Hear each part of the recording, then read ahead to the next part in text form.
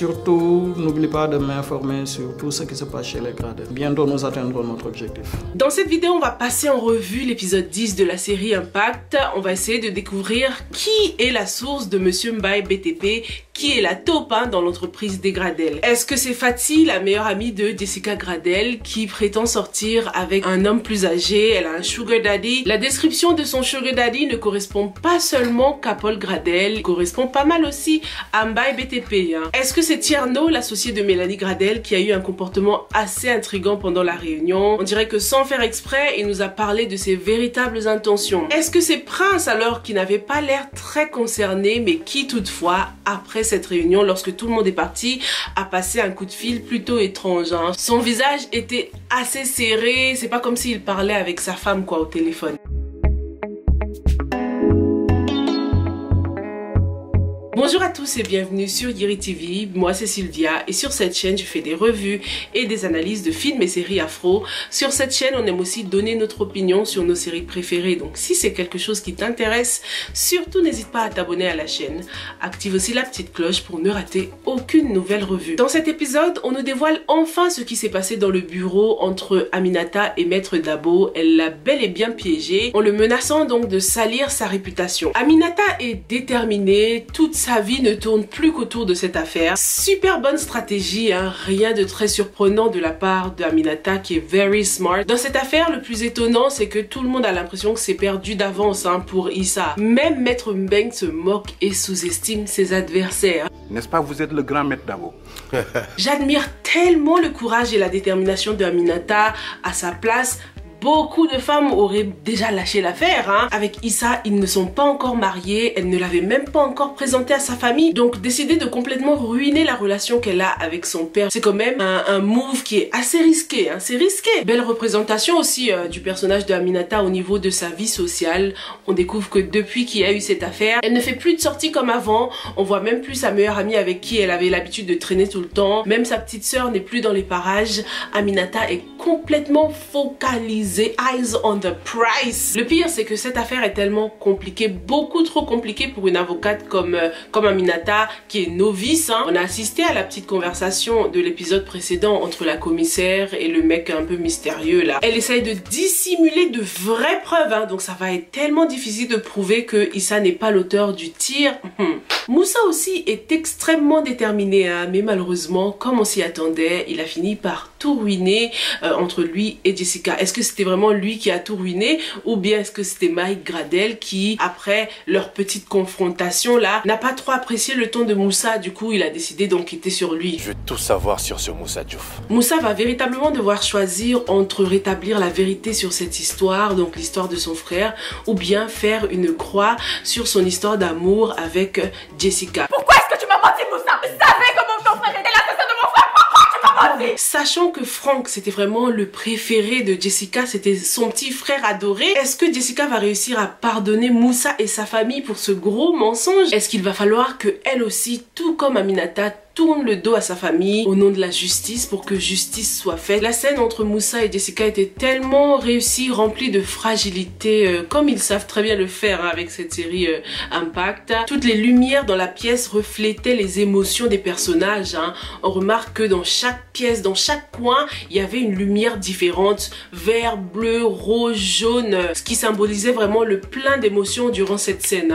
On a assisté à de la colère, à des cris, à de la tristesse, à de l'incompréhension. Une scène pour moi qui fait officiellement partie des meilleures scènes de la série Impact. En plus, j'adore ce couple. J'ai envie de les voir encore et encore dans d'autres séries. Peut-être une série spéciale avec Moussa et Jessica. J'aime beaucoup la combinaison entre le grand gaillard et puis la petite fille toute fragile qui pleure très souvent. Jessica, c'est la reine des pleurs, et des pleurs communicative. Lorsqu'on la voit pleurer, on a envie de pleurer.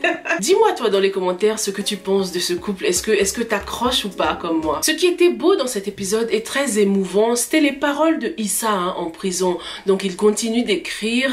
Savons-nous réellement ce que c'est l'amour? Et avec cette voix de Issa, cette voix off, on a l'impression que Issa était le narrateur de toute cette histoire, quoi. Ça nous donne l'impression que malgré qu'il soit enfermé, malgré qu'il soit à l'intérieur, Issa arrive à savoir tout ce qui se passe à l'extérieur. Issa arrive à décrire la vie des personnages, quoi. Il nous parle d'amour et de sacrifice qui sont vraiment des thèmes de la série, des thèmes qui touchent plusieurs personnages dans la série. Parlons un peu de Fatih qui était tellement magnifique dans sa robe rouge là. Ce qui est surprenant, c'est le sang-froid de Fatih quand même, hein. Malgré ce qu'elle a appris sur Mike, elle ne s'est pas précipitée pour en parler à quelqu'un. On ne peut vraiment pas lui faire confiance, hein. De toute façon, Fatih c'est quelqu'un qui est représenté comme quelqu'un de secretive, qui ne dévoile pas trop sa vie, pas trop ses secrets. Déjà par rapport au Sugar Daddy, elle maintient le mystère. Et puis maintenant avec l'histoire de Mike, quoi. Donc on apprend que entre elle et Mike, ça ne s'est pas très bien terminé. Et c'est sûrement l'une des raisons pour lesquelles elle n'a encore rien dit à personne. Elle va se servir de cette info pour lui faire payer cher à Mike. Est-ce qu'il y aura un clash entre Fatih et Angèle?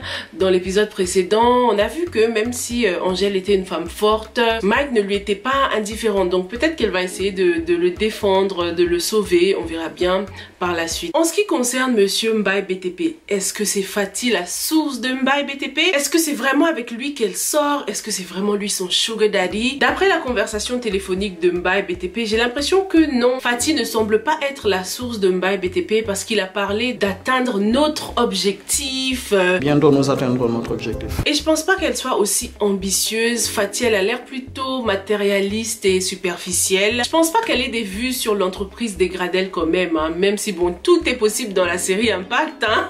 Peut-être que justement, elle veut se servir de l'info sur Mike pour essayer de, tu vois, mais bon, pour l'instant, on va l'écarter, hein. Ensuite, maintenant, on a deux autres suspects qui sont Mike et Prince. J'ai l'impression que durant cette scène, ils ont essayé de nous pousser à se focaliser sur Prince et pas sur l'essentiel. Tierno avait un comportement trop bizarre. Il bégayait. Lorsque nous aurons réalisé notre, ton rêve. Il a quand même l'air d'être un suspect idéal, hein. C'était comme si à force de traiter avec l'ennemi, bah Tierno s'en mêlait les pinceaux, quoi. Tierno est clairement le suspect number one, surtout que c'est lui qui est plus proche de Mélanie Gradel quand même. C'est lui qui gère tout en son absence, par exemple lorsqu'elle voyage et tout ça, c'est lui qui gère. Donc est-ce que c'est Tierno le traître dans cette histoire? Franchement, ça m'étonnerait même pas. De l'autre côté, on a Prince, les gars, qui, comme je le disais, dans cet épisode, on dirait qu'on a essayé de brouiller les pistes, d'essayer de nous distraire. Prince aussi a eu un comportement assez bizarre dans cet épisode. Déjà, il n'était pas très à l'écoute, pas très intéressé par ce que tout le monde disait, il était très distrait. Et à la fin, il passe ce coup de fil qui fait tout de suite référence au coup de fil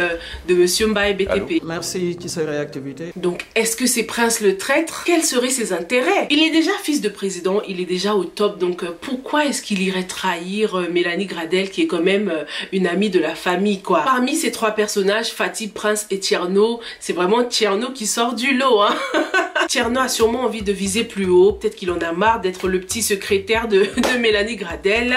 On dirait qu'il a envie de dribbler tout le monde. Semer la confusion entre les deux parties pour en sortir gagnant, quoi. On dirait que c'est vraiment ça son objectif. Mais dis-moi ce que t'en penses, toi. Est-ce que tu penses déjà que c'est vraiment Tierno le traître dans cette histoire? Est-ce que ça pourrait être Prince ou peut-être Fatih? On écoute 10e épisode et il y a beaucoup de surprises qui nous attendent, hein, en tout cas. Il y a aussi eu un petit quiproquo dans cet épisode avec la femme de Prince, hein. Prince? Adja!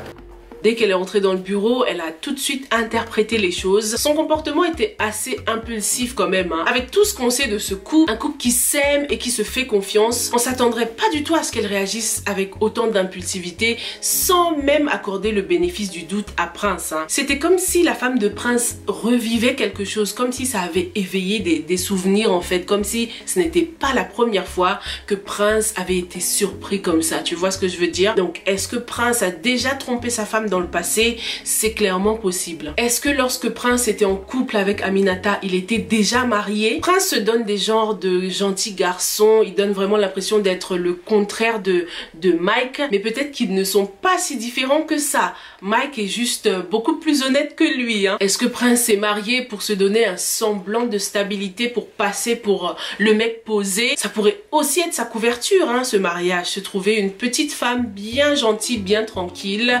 l'épouser, passer pour le mec bien posé pour pouvoir ensuite faire des choses à l'extérieur. Dès la première apparition de cette fille dans son bureau, il y a quelque chose qui clochait. Prince n'a pas installé des boundaries assez solides au travail. La fille s'est permise de s'asseoir sur son bureau et en plus dans cet épisode 10, lorsque sa femme fait éruption dans le bureau, c'est cette même collègue qui lui interdit de courir après sa femme, mais pour qui elle se prend et pourquoi Prince lui permet d'intervenir dans sa vie en fait. En tant que fils du président, c'est sûr que Prince doit être convoité quand même. Il a peut-être essayé de résister à certaines femmes, mais sûrement qu'il a été infidèle au cours de son mariage. Dis-moi ce que t'en penses dans les commentaires. Plus on avance, plus on va pouvoir faire une petite comparaison entre Mike et Prince. Est-ce que c'est mieux d'être le bad boy, de ne pas faire semblant d'être connu pour être un mec infidèle et puis attendre le jour où tout ça va te retomber dessus, ou bien être marié, d'avoir une couverture solide, essayer d'être un mec bien mais quand même au final tromper sa femme? Qu'est-ce que t'en penses? Dis-moi dans les commentaires et moi je te retrouve dans la prochaine revue.